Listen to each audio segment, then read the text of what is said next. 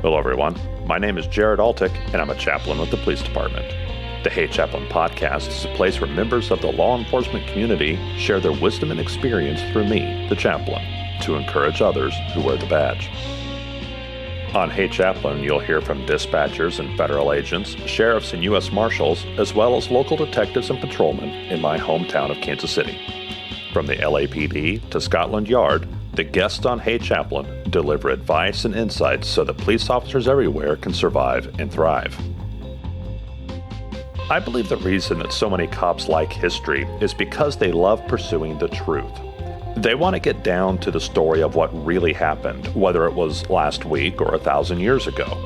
And maybe yesteryear is a better place to dwell because it transports you away from the job that you're doing right now. It's a way to escape the current stress and drama by substituting them for stress and trauma from another time, which you can pick up and put back down again. Ancient wars, crime, and intrigue can't hurt you now, but it can become a great distraction. Gary Jenkins is a retired Kansas City, Missouri detective who investigated the Mafia here in Kansas City.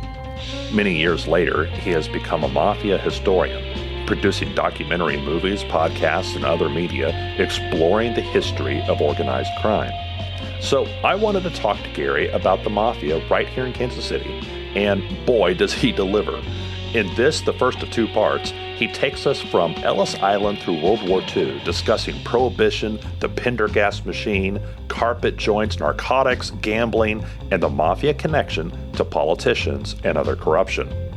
Here is Gary Jenkins. Welcome, Gary. I'm glad you're here today. Thanks, Jared. It's my honor to be here. Well, I am fascinated by the topic that you have become an expert in about the Mafia, and especially the connections here in my hometown of Kansas City.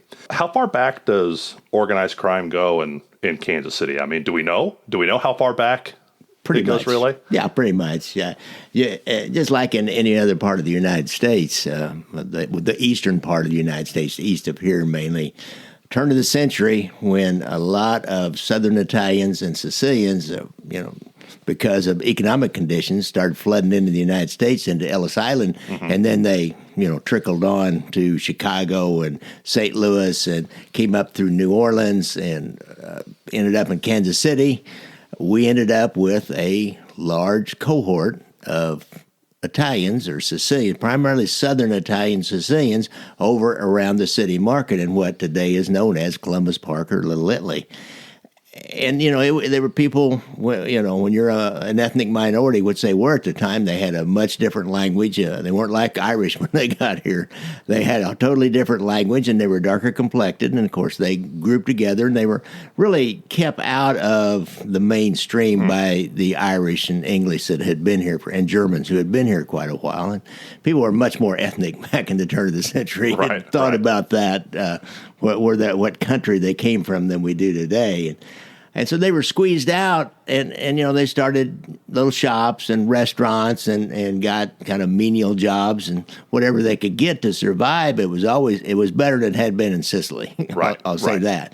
Well, when they came here, they brought the Mafia with them, basically, because the Mafia had been going on for several hundred years in Sicily. They'd kind of been formed to help protect the Southern Italian and Sicilian people from the Northerners. Right. Which was much more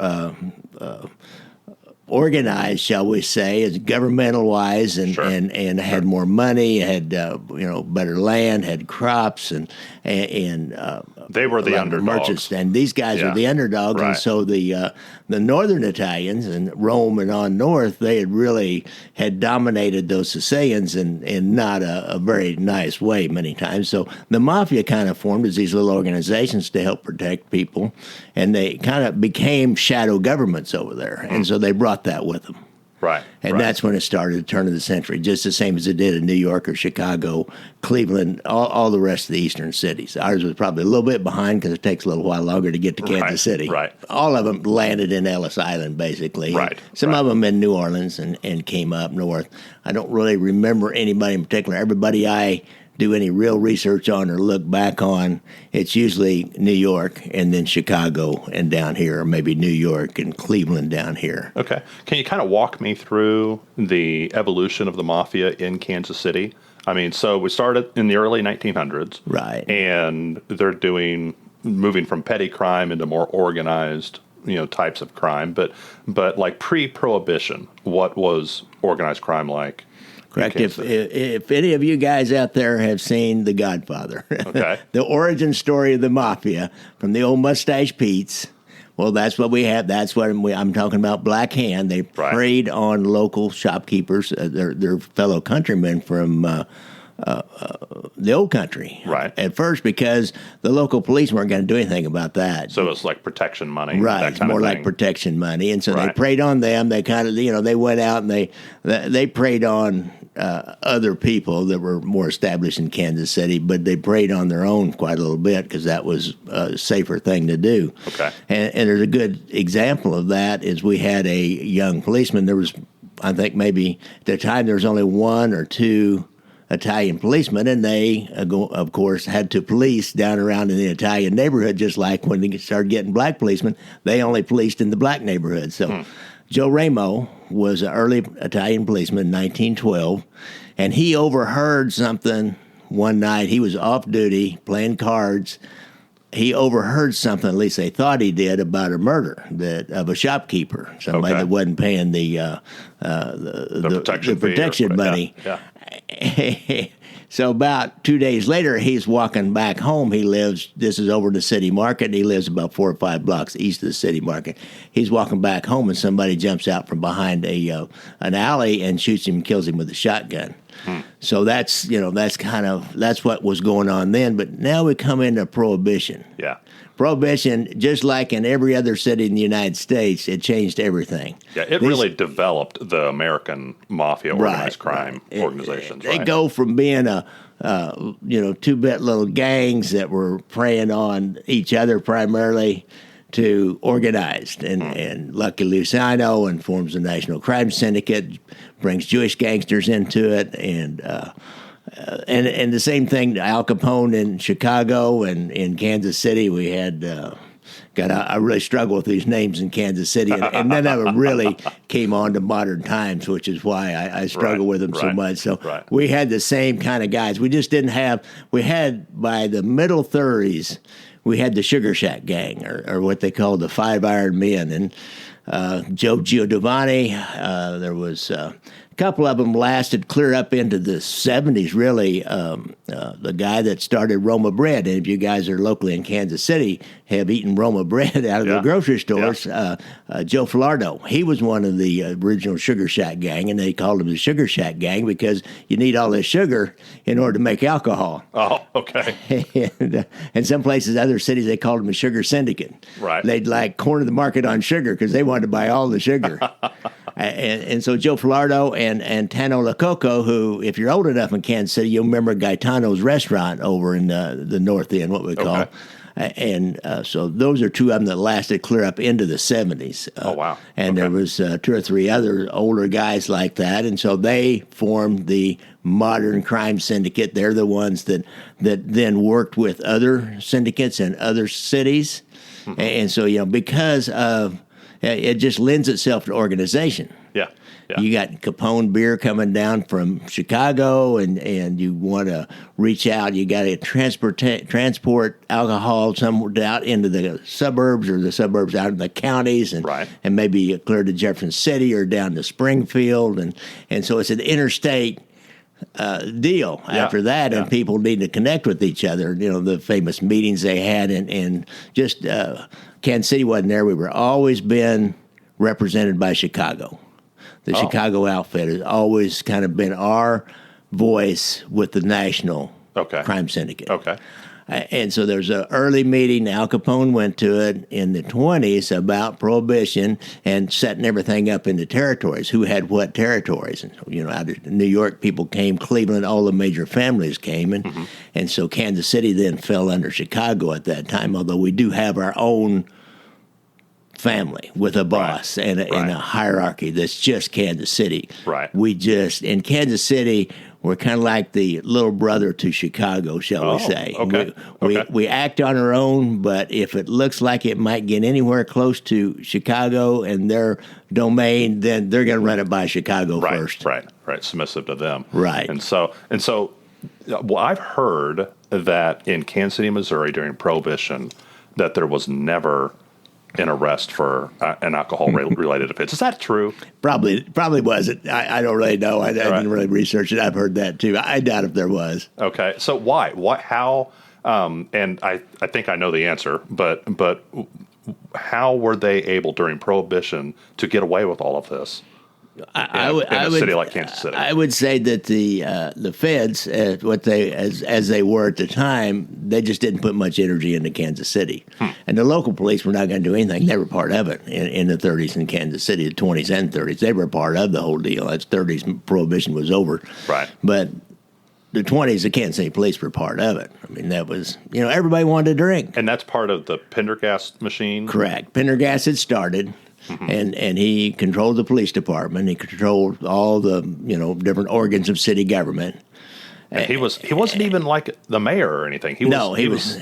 What was he? He was like a Democratic Party, like local chairman or something like that, right? A functionary of some kind. He never ran but for he office. Controlled. He ran the city, right? He controlled. Yes, he controlled the city, and he decided who was going to get to run for office and who wasn't. And you had to go to Pendergast. He was really the only welfare system we had at the time. There's stories during the Depression, people lining up at his office down there on 15th and 16th and Main or Grand. I think it's Grand.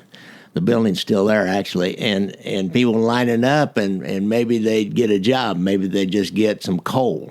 Right. Or he'd tell them someplace to go where to get some food. And so he was kind of the only welfare, social safety net that we had at the time, because there wasn't, the normal welfare things, just like Al Capone would finance a soup kitchen. And, and so, and it was to Pendergast's advantage, and he ended up forms a liaison with the Mafia. Okay. Because the Mafia has the first ward. Okay. Over in Little Italy, over to the city market. That was the first ward. The second ward was pretty much all black, but it was controlled by white men at the time. Right. And the first ward, then they had an Irishman who was sent down there by Pendergast. Right, because Pendergast was Irish. Pendergast was Irish, and he had an Irishman, Mike, it was a good Irish name, too. All of a sudden I've lost it. We'll just say Flanagan. Flanagan, yeah, Mike Flanagan. Nobody else will know, will you? You'll get all kinds of calls on that. No, that was my uncle. That was my great uncle. This is Kansas City, remember? Small town. I'm impressed. You're doing all of this with no notes, and so I'm impressed. But yeah. So he sent down an Irish guy down to the first ward. You said he was like the kind of the head of the first ward. Nobody ran for office, but he was the strong man in the first ward, and they had precinct captains that basically were appointed. And people may have voted on committeemen or whatever back then, but it was Pendergast people.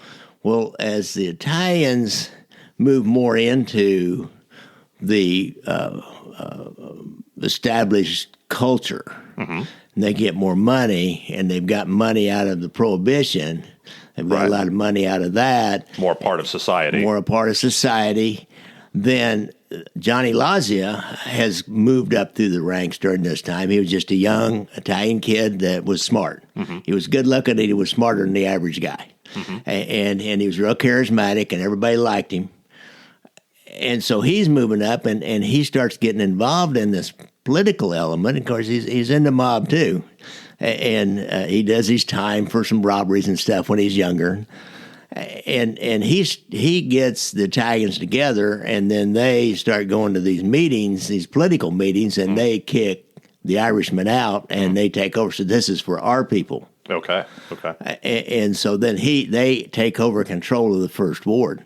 So now Pendergast has a candidate they've got that they need the votes out of the first ward for. Then all he has to do is get on the phone and call Lazia and say, hey, this guy, we like this guy, we don't like that guy. Right. So then they turn around, they only have to call about 4 or 5 people and say, hey, we like this guy, we don't like that guy. And that's how it works. Yeah. And then Lazia, even I have an old picture of Johnny Lazia talking to the Negro Women's Voters League in the 30s, early 30s. And so he forms a coalition with black voters. So he said, we need to stick together down here because geographically they're right next to each other. Right. They had some of the same problems with fitting into the larger society. Okay. Blacks had more than Italians did, but they had a lot of the same problems, not being accepted in, and lack of business opportunities and those kinds of things. Government contract, government jobs, and see, the government job's a big deal too during this time. So Lazia can get you a government job if you're a good guy down there in the North End. When somebody go to him, then he may get you or your grandson or your son or your husband or whatever a government job. Right. And so it's a powerful position during this time. Help grease things. The city inspector's coming around. You need a license or something. Get hold of John Lazia. He just picks up the phone and you got it just like that. So there's that's how you move into the larger society. Right. When you like it or not, that's how it works. Right. And so, they get more and more organized and Pendergast, he's not really a criminal particularly. He liked to gamble, lost a lot of money up at the racetrack. He loved to gamble, but he liked having this open city because with an open city, there's jobs, there's the silk stocking district out here. He can keep them pushed off because he knows how to deal with the working class and with an open city. Then the working class, they like to drink and they like to gamble. Right. And so he's not going to let the police interfere with that. Right. He's going to appoint the police, and he doesn't want to mess that up. Right. 12th Street was rocking and rolling down there, all kinds of booze and music and everything, and so it was an open city, and Pendergast liked that. And also, I think that was just his mentality. I just think he probably liked to party himself. Fascinating. So Prohibition ends, and as I understand it, Mafia all around the country had to decide, okay, we're not going to make our money through alcohol anymore. Where are we going to go next? Is it going to be gambling or narcotics or whatever? And I think they all kind of made their own individual decisions geographically. How did Kansas City shake out after Prohibition? Well, Kansas City, there was always some narcotics going on. Okay. We had a direct connection to a source of heroin down in that was coming out of Middle East to Cuba to Tampa. And Santos Traficante was the boss down there, and he was facilitating it down there, and they would have, the ruling family here would have known through those mafia connections. So you go down to Traficante and you get a connection, and they were bringing heroin up here. But that was not probably the bigger money maker then. Was probably the race wire, the gambling on horses, and the carpet joints just outside the city. During that time, up in Platte County, there was 2 or 3 of them. Explain what you mean by carpet joint. Just south of 75th Street, where south of the city limits, there was a big one that was real well known. Carpet joint is like a country club out in the county. See, in the county, there's not as much law enforcement. Right. And you can deal. You only have to deal with the sheriff. Right. And the sheriff has to run to get elected, so he needs money every 4 years. And as long as you kept the gambling within the club, right, and didn't have any kind of periphery crime around that, everything else was copacetic. Everything else was cool. Probably a lot of sheriffs that looked the other way. Right, they looked the other. They didn't care. They got a little money. They got helped them get reelected, and plus a little personal money, I'm sure, out of it, And so they had these carpet joints around. The mob would get a piece of that game. They would set up the games, and mob guys would run that game. And there's always been kind of theft from the docks and the trucks and trains and things like that. And they always have places that they can fence that property. Jewelry stores. They always have places that they can get rid of that in other cities, be part of the bigger thefts that you ever read about. More than likely, the mob will be part of that, because if you got to get rid of a large, like a truckload of stuff, a trainload of stuff, or a lot of really expensive jewelry. That takes some organization. It takes organization. So you've got connections in other cities. You can ship it off to another city where it's not going to be so hot. Right. And so, it's just a variety of all those things. And horse racing and gambling was the big deal back then, and they were part of the internet or the national wire service where you could get the race results in, and Right. and other gambling. But boxing was a big one for gambling. But you just had bookies around, and Okay. so they just had a variety of different things. Now, isn't it true that organized crime got unwanted attention from politics during this time, like early 1950s? 50 or 51, when they had the murder of the two Charlies, which really rattled the whole United States. And Okay. you're talking about the intersection of politics and mafia in Kansas City. Okay. So this story here, and my last movie called Ballot Theft. Ballot Theft, anyhow, it's on Amazon. No, wait, that was not on Amazon. I'll take that back. But I've got it. I rent it on my website for $1.99. Ballot Theft. Anyhow, there's a sitting congressman, the 5th District congressman, who Cleaver is today. Okay. A guy named Roger Slaughter, and Harry Truman's the president. Mm-hmm. He wants to. Harry Truman from Kansas City. From Kansas City. Yeah.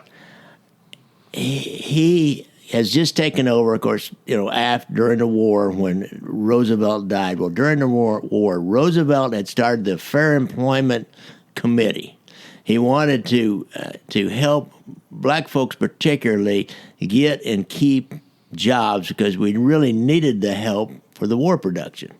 So Harry Truman, now the NAACP and the black pressure groups on the Democratic Party, they want Harry Truman to make this into a permanent agency, the Fair Employment Agency, which finally will become, I can't remember the name of Fair Employment something agency, and 20 years later. But anyhow, Harry Truman's wanting to make this into a permanent agency, and the Dixiecrats, or these are Democrats who are in the South that are no, they don't want. Harry Truman's already integrated the military, and that's bad enough. And the Dixiecrats are pro-segregation. And they're pro-segregation, and so Roger Slaughter sides with the Dixiecrats, and he holds up this bill to make this into a permanent agency, the Fair Employment Committee into an agency, and just won't go back and hold any hearings, so it dies in committee.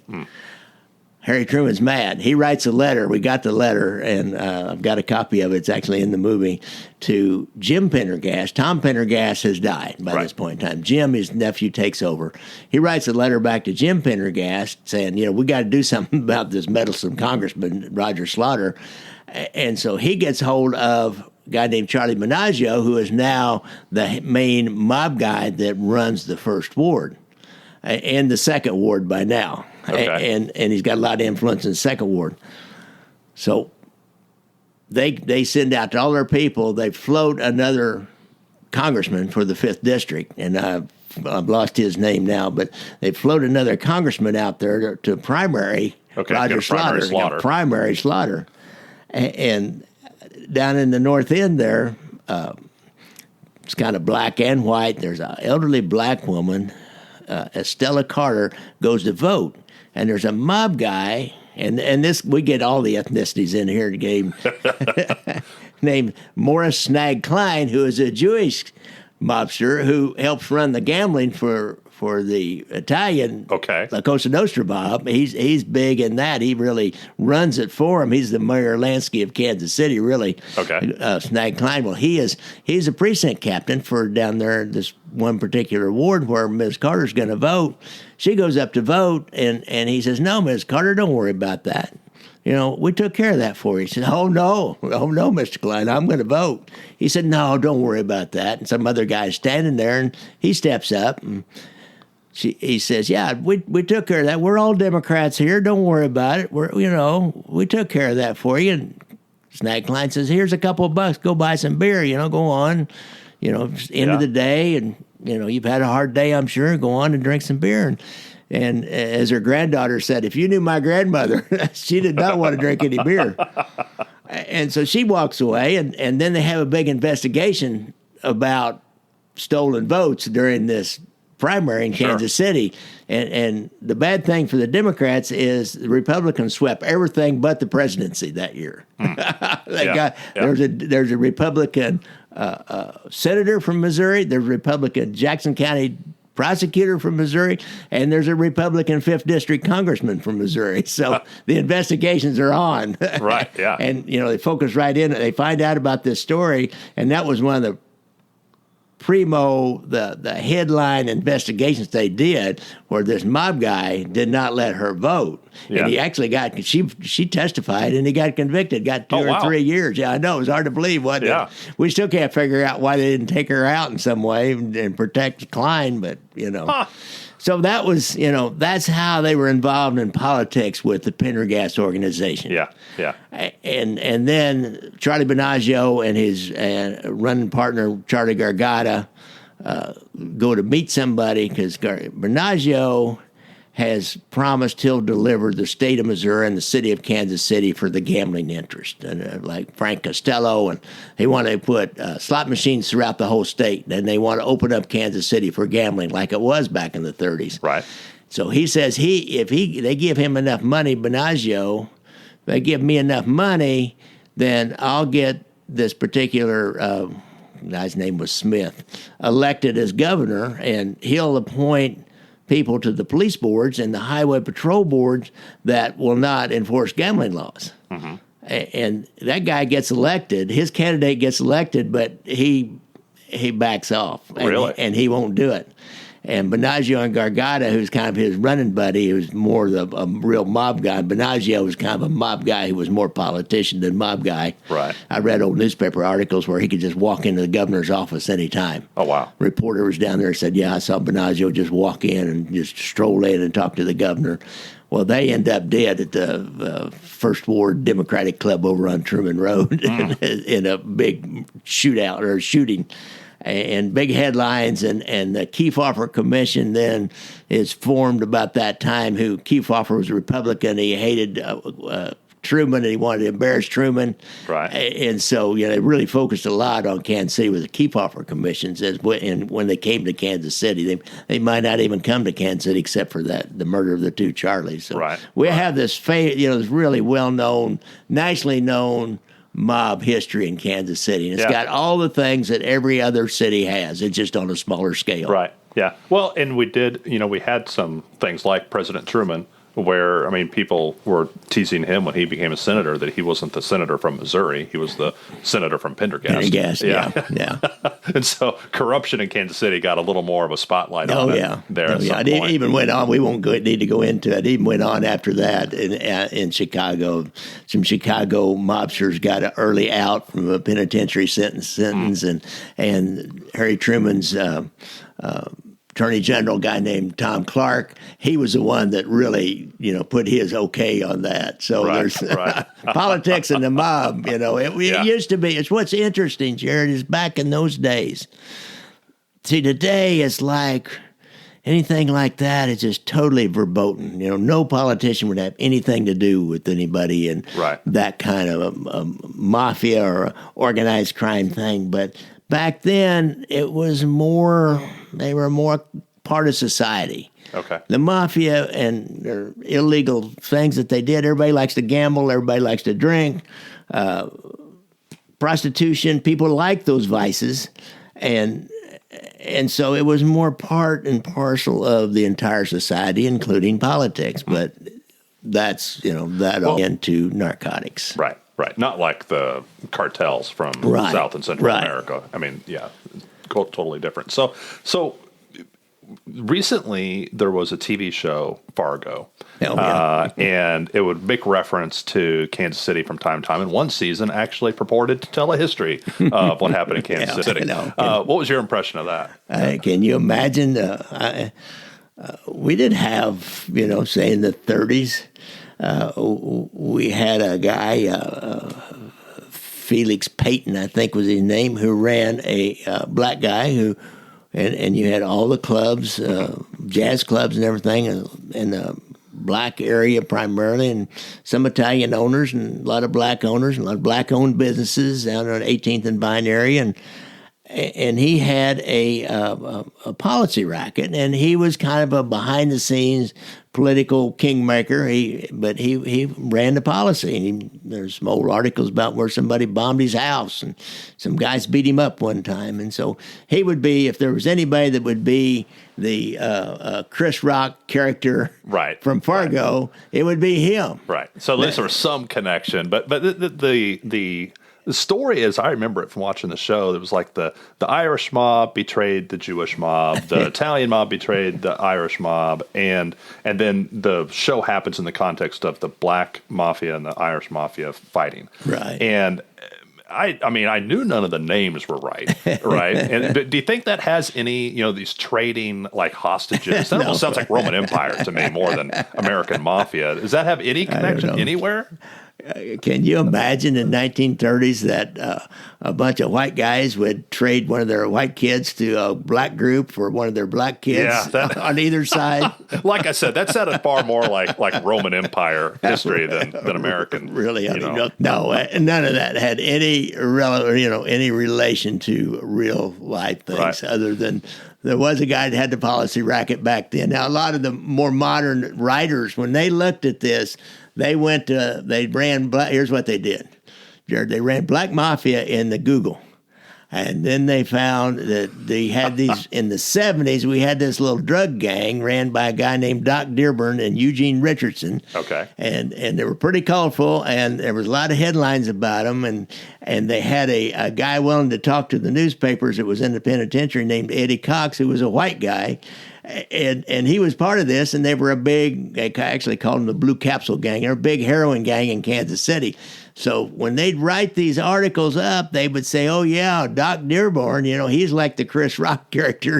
Okay. But yeah, kind of very loosely playing with stories from different eras. They did have, this guy that had the black guy that had the policy racket in Kansas City during those era. Okay. And he was connected politically to Pendergast and to Irish politicians, but we never really even had an Irish mob. I never even heard of an Irish mob. Or the Jewish mob? We had Jewish guys who were the affiliates with the associates with the Italian mob. But as far as a big organization, we had the Italian La Cosa Nostra. Is there a movie that accurately represents Kansas City Mafia?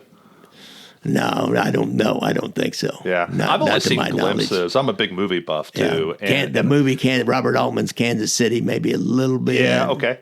But boy, I'm not an expert in this field, but I can't think of anything where I'm like, oh yes, I bet that's an accurate representation. Other than your documentaries, right? right. Well, that's fantastic. Gary is a walking encyclopedia of mafia information. And it's great because he met so many of the investigators, the authors, and some of the criminals themselves. So he can paint a picture of how the mob worked like no one else I've ever met. Getting to interview him was like stepping into one of his documentaries or into his podcast, Gangland Wire. In part 2, you don't want to miss Gary zeroing in on the Kansas City Mafia family, the Savella family. He explains the rise and fall of the Savellas and how both the mafia and law enforcement evolved in the decades after World War II. We'll talk about unions, casinos, and wiretaps, and Gary will tell us a little bit about his own career. You especially don't want to miss Gary's advice about what to do after you retire from law enforcement. On the next episode of Hey Chaplain, Gary Jenkins continues the story of the Kansas City Mafia. I was walking through the plaza one day. I used to live down by there, and I was walking down the plaza, and some young policeman happened to see me, and he hollered. He said, "Hey, Sarge," he said, "I just read your name in a book." I said, "What do you mean my name in a book?" "Yeah," he said, "it's called Casino." So they've got them over there at Barnes & Noble. So I went to Barnes & Noble and looked in the back, and there's my name. So I flipped over, and whenever we served search warrants on all the mob bosses in Kansas City after the Skim investigation, they sent one of the intelligence guys with each crew of FBI agents that was going to search the houses, and then had us wear uniforms. So we're still in the middle. There's still a mob war going on, right? And so you don't want people to get mistaken about what's going on, especially on it that night. And so we just put on uniforms, checked out a marked car, and then went up and banged on the door. That night, I was in Tuffy DeLuna's house. Carl Tuffy DeLuna was the underboss. And I was in his house. And 10 years later, a local newspaper reporter named Bill Norton wrote 10 years since we served these search warrants on St. Valentine's Day. Okay. So it was like the St. Valentine's Day massacre. Right. They served them in Chicago, Milwaukee, Cleveland, and Las Vegas that same Valentine's Day. So it was like a Valentine for Tuffy or something like that. So he interviewed me and Bill Owsley and another detective that came over there later, Harold Nichols, about what was that night like, and I gave him some quotes for his article. Right. So Pileggi, when he writes his book, in that section or that page or two about serving the search warrant on Tuffy DeLuna's house, he just basically took the quotes. He rewrote it in his own words, but took the quotes directly from Norton's article and put them in there. Right. And that's why he had me in there. That's how you got name dropped? Yeah. Really. I want to say thank you to those who make suggestions for this podcast. And in this case, I was at a roll call late at night, and a police officer mentioned that he listened to a particular podcast, the Gangland Wire. He said he'd been listening to every episode and suggested that it would be a great idea for my podcast. Thank you, Officer Denny. It was a great suggestion, and I very much appreciate it. The views expressed here are the personal views of the hosts and our guest and do not necessarily represent the views of any law enforcement agency or its components. If you liked what you heard here, please share this episode with a cop or someone who loves a cop. Thank you for listening today, and as always, pray for peace in our city.